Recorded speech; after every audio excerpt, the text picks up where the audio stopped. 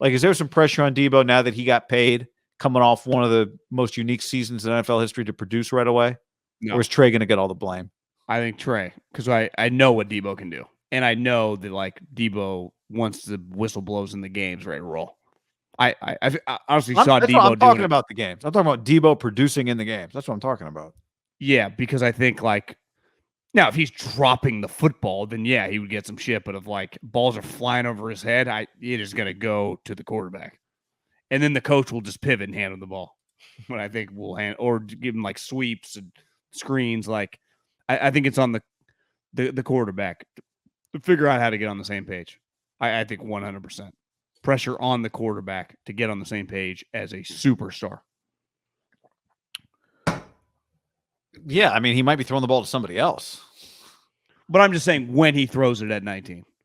Because I was thinking about this driving down or driving back, is that the three guys that got paid, and we hammered it home, all represented by the same guy. It all felt like they fell under the same umbrella. You can't argue how awesome all three of them have been. And part of their story, what's cool, right, is they're all second-round picks. And they all, while if you meet all three of them, they're SEC guys. They went to Ole Miss in South Carolina. When we say the SEC, let's face it, we talk about like 4 programs. It's like LSU, Bama, Georgia, now kind of A&M, and depending on the year, like Auburn or Florida. But it ain't South Carolina, and it definitely isn't Ole Miss. Like, they had a historic season last year, won the most games ever, 10 games. So it's like those two guys come from, two of the shittier programs, yet they are dominant players. DK lost his quarterback, who's like one of the great deep ball throwers of all time. We all make fun of Tannehill, but Tannehill got him the ball. And listen, like Jimmy and 19, they had a rapport because when all else fails, that's who Jimmy went to, him and Kittle. Like, one of the things we're saying all camp is, like, when all else fails, Trey goes to his best friend. Yeah. And it's just... Turns out to be a really good receiver. Who's really good. Yeah. But part of it is you just know... One thing that made 19, like, how are you going to pay Deebo, like DK? DK's got 29 reception touchdowns. Deebo only had 10. Remember, part of it was like, well, you can't quantify what Deebo does. You can't relate him to these other guys. That's all we ever heard. And we were cool with it. We're like, yeah, man, I witnessed it. Can't quantify it. Shit. I don't know how you sum that thing up. He's sweet. I do think he's not a normal wide receiver, though, even though he plays that position, right? Like DK and AJ, one thing at the end of the day they always have is just enormous size. Right? Or, I mean, they are enormous human beings. Yeah. And their size is kind of a point of difference. AJ especially. To me, AJ plays like a basketball player. DK is like this combination of size and speed. Deebo's not big. He is, of all the guys, the list that you had of all the 30 wide receivers, when we were talking about Ayuk, can he get... A lot of those guys are just 6'2" and over. And I do wonder, Tyreek, small player, but he's always wide open because he's one of the fastest players in league history. I think one of the knocks on Deebo is like, not a great route runner. Like, that Ayuk's already a better route runner than him. But no one would ever argue, like, Deebo was easily, non-quarterback, one of the best players in the league last year. Why? Because he's an incredible football player. And I think where he really separates is just the ball in his hands. And that's where it's on Kyle. This is a hard deal for Kyle if he truly doesn't, because I don't think he wants to run him that much, right? Like he did last year. And he won't have to because they have running backs. But how do I get the ball in his hands? Because at the end of the day, the ball in his hands, in Deebo Samuel's hands, is our greatest advantage on offense because he's our best player with the ball in his hands. Like, that's our greatest attribute as an offense, is it not? Deebo Samuel in space. Ball. Yeah, I think one of the things they want to find out is, can one of their attributes be throwing the ball down the field, right? Which was it was definitely putting the ball in Deebo's hand was without question their greatest attribute last year, right? Yeah, but that's something Deebo's not going to be involved in. Probably, right? What's that? Their deep passing game is not going to involve them. Yeah, well, the times they've tried to throw the ball down the field to Deebo's not open. I mean, he's got a DB right there. Man, maybe Brady or Breeze would put it in a spot where only he could catch it. Well, why? Because his play speed, he plays faster with the ball in his hands than he does running with the ball out of his hands. It's kind of weird. Like, it's kind of rare. Like, DK flies without it and with it. I mean, DK's most famous play is literally running down a guy, right? Yeah. Like, Deebo's not running down the guy, but no one would be like, yeah, Deebo's slow. Everyone's like, God, no one ever caught him because they didn't. So it's weird. That's where he is. This is where it gets complicated. Now it's like, well, you can't quantify him. Well, how do now we kind of quantify him in a normal offense? A little bit. I'm not comparing him because I think this guy's a better football player. Remember, part of it, like, let's make Kaepernick a drop back quarterback. And it was like, this is a dumb idea. Like, let's make Deebo a normal wide receiver. Like, is that a great idea? Yeah, it's a good point. Like, is his energy best spent running 15, 20 yards down the field without the football? Not on the sidelines, maybe in the middle of the field.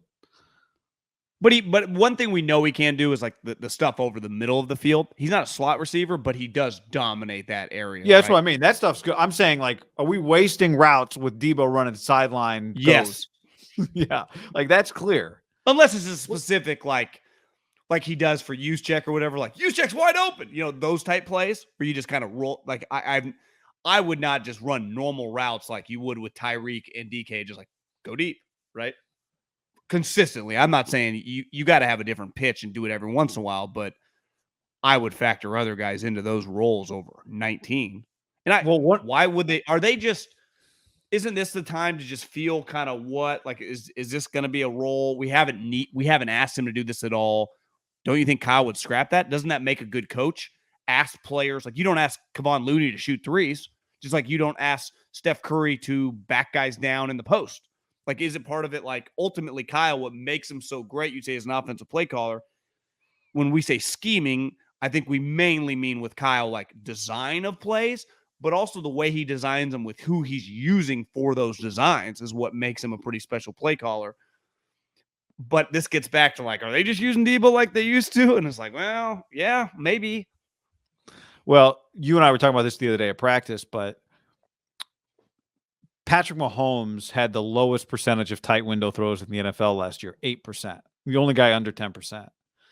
Even though when you watch Patrick Mahomes, it feels like he's making tight window crazy throws all the time.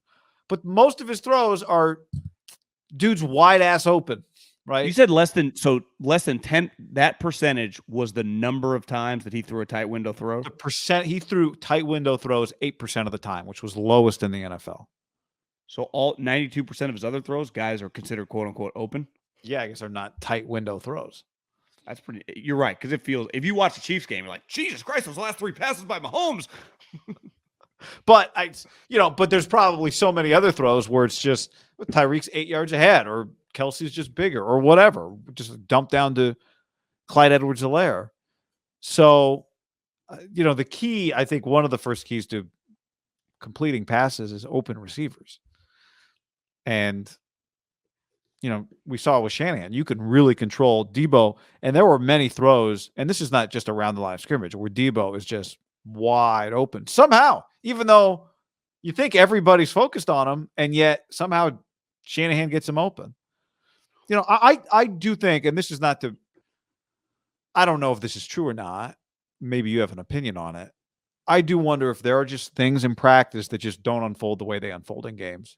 And Deebo 1,000%. Definitely right? Deebo with the ball. But I just mean like the way the field opens up, right? You're playing a defense that knows what you're doing. It feels to me like the 49ers offense is at a disadvantage when against its defense. And not just because its defense is good. One thing I feel very, very confident about is that Deebo will be 100% always used correctly with Kyle Shanahan. Right? Just like Tyreek became a Hall of Fame player and Kelsey did with Andy. Why? He dreams about using the talent the way their talent should be used. That's what to me makes a great offensive coach. Defense is a little different. Obviously, if you have a great pass rush, you let them pass rush. But a lot of it is like when to time the blitz and everything. Part of offense is we always make fun of it in our Southern voice, like get the playmakers the ball in space to make plays. Like, but every playmaker's skill is different, right? Like a lot of people are like, well, remember DK coming out? It's like, well, he can't run 7 of the 9 routes. It's like, well, Seattle's like, yeah, we just asked him to run 2. Throw the ball to him immediately on a screen, or he goes fucking deep, and he's kicking the shit out of all of you guys. And so it's like they don't ask him to like Can he run the 3-step hitch and then go? No, it's like, no, his hips are stiff. Okay, whatever. It just like Deebo can't do stuff DK could do, but DK could never dream of doing what Deebo does. Well, neither of them could play their other role, and it'd be a fireable offense given the amount of money that you pay your offensive coordinator, whether it's a true offensive coordinator like Seattle has one, who's just the offensive coordinator, or Kyle, who's also the head coach, makes probably $13-14 million, to ask those guys to do the opposite. But that's not what good coaches do. You ask them to do what they're good at. And ultimately, I heard someone talking about Seattle. I don't know if it was on the radio or podcast. It was Lance Zierlein, who had DK Metcalf as a top 10 player the year he came out. And he said, him and DJ were talking. He said, one thing I do, DJ, is when a guy does something exceptionally well, maybe in my mind, I worry less about like, well, what about the stuff he can't do? If a team that drafts him, they know that too. So why are they going to ask him? Like if you drafted Deebo, like Deebo is doing what I think a lot of people thought that he could do in South Carolina. He was a chess piece. He was a great returner, and he plays kind of like a returner, right? When he runs the ball, just his instincts. And that's what they ask him to do. Like when you have an elite talent, and a lot of people will, what about all the flaws?